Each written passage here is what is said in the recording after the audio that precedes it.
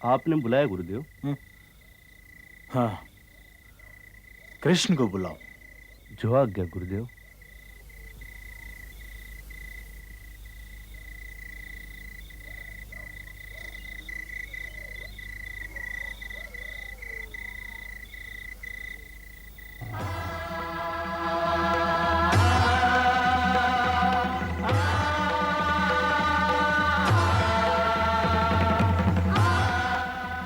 प्रणाम गुरुदेव।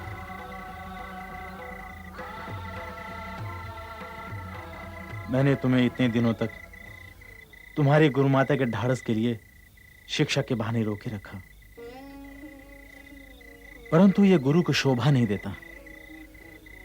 इसलिए तुम दोनों भाई अपनी गुरुमाता को मिले बिना ही सूर्य उदय होने से पहले मथुरा चले जाओ तो अच्छा है। जो आज्ञा गुरुदेव। परंतु गुरुमाता भोजन लिए प्रतीक्षा कर रही होंगी। मथुरा जाने से पहले वहां चला जाऊं? तुम पहले जहां जाना चाहोगे वहीं जाओगे। चाहूं कैसे गुरुदेव? भला गुरु दक्षिणा दिए बिना जा सकता हूं? मुझसे खिलवाड़ करते हो लीला पुरुषोत्तम कृष्ण। परंतु लीला में भी कर्तव्य पालन तो करना पड़ता है गुरुदेव। गुरु दक्षिणा दिए बिना शिष्य का विद्या पर कोई अधिकार हो ही नहीं सकता। तो क्या आप ये चाहते हैं कि मैं यूं ही चला जाऊं? तो मैं गुरु दक्षिणा तुम्हीं पर छोड़ता हूं, जो चाहे दे दो। मैं तो अपनी गुरु माता का संतोष चाहता हूं। चाहता तो मैं भी यही हूं, परंतु गुरु को अपना स्वार्थ देखने का कोई अधिकार नहीं। परंतु शिष्य को तो अपना स्वार्थ देखने का अधिकार है ना गुरुदेव। गुरु माता ने मुझे वो स्नेह दिया जो केवल एक माता के पास होता है, और वो भी केवल अपने पुत्र के लिए। मैं उस स्नेह को छोड़कर कभी नहीं जा सकता। परंतु तुम उसे खोजोगे कहां? इतने बरस बीत गए हैं। तुम दोनों के जाने के पश्चात गुरु माता पुत्र बिना जीना सीख ही लेगी। मैं उसे खोजने अवश्य जाऊंगा गुरुदेव। परंतु तुम उसे खोजोगे कहां? जाना तो वहीं पड़ेगा जहां ऋषिपुत्र खोया था।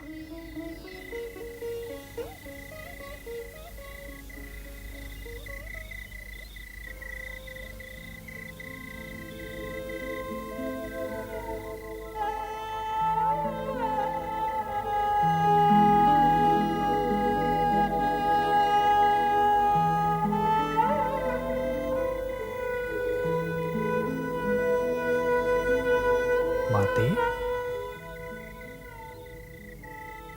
भोजन करने नहीं चलोगी माते? मैं तुझे नहीं जाने दूंगी। मैं आपके स्नेह का ऋणी हूं माते। इस ऋण को चुकाए बिना मैं नहीं जा सकता। अरे, तो तुझे जाने के लिए कौन कह रहा है?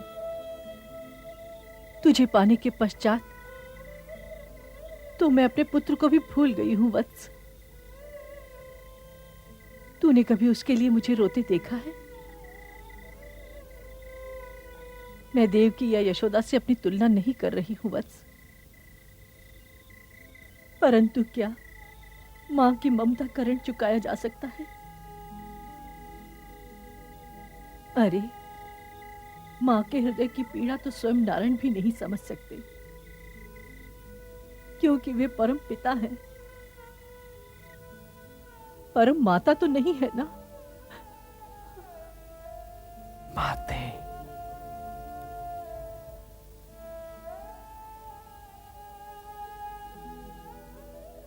किसी गुरु माता को ये बातें शोभा नहीं देती। अब समय आ गया है कि वासुदेव कृष्ण यहां से मथुरा लौट जाएं। ये जो भी दें उसे प्रसाद समझकर स्वीकार करो। हाँ हाँ, जाए। मैं रोक थोड़े ही रही हूं, अवश्य जाए।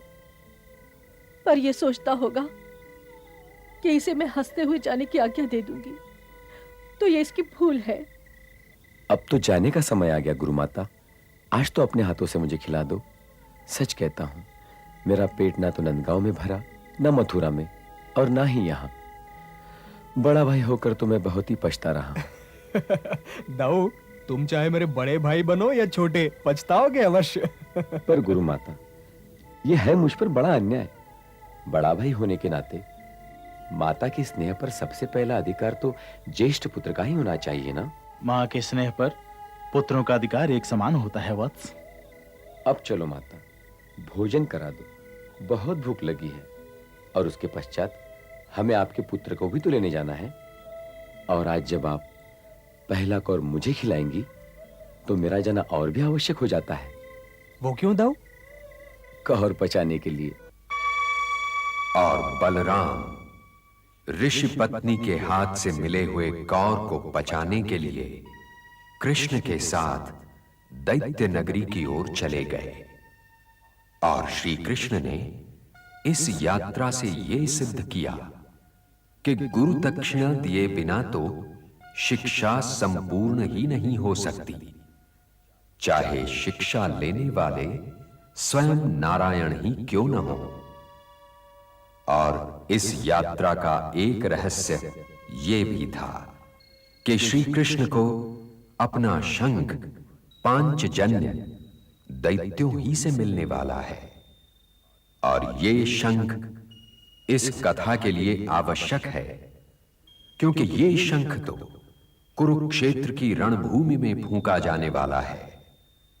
तो ये यात्रा और इस यात्रा से उनकी सफल वापसी महाभारत की अमर कथा ही का एक हिस्सा है।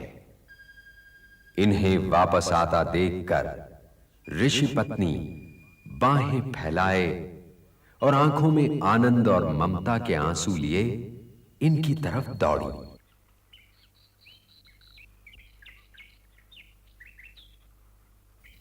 माते,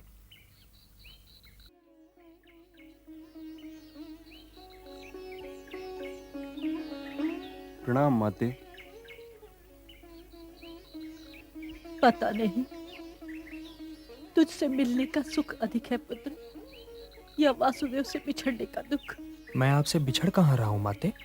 इसका सबसे बड़ा गुण यही है माता, पहले तो ये किसी को मिलता नहीं, परंतु जब मिलता है तो फिर बिछड़ता नहीं। आयुष्मान भव। प्रणाम प्रणाम गुरुदेव।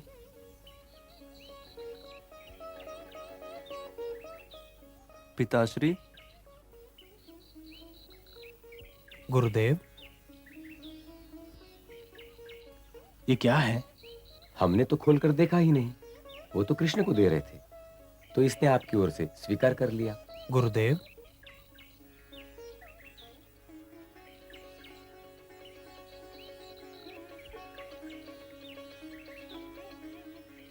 ये तो पांचजन्य शंख है।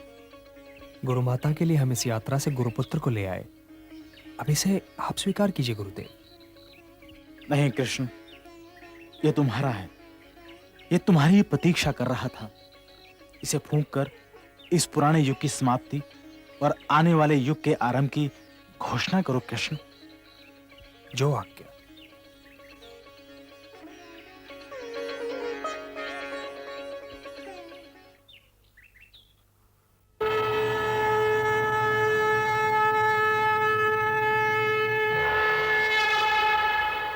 नवयुग का आरंभ है,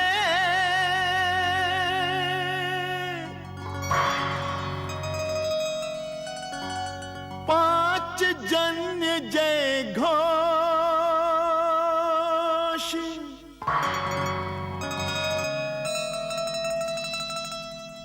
नाद सुजन परितोष प्रद,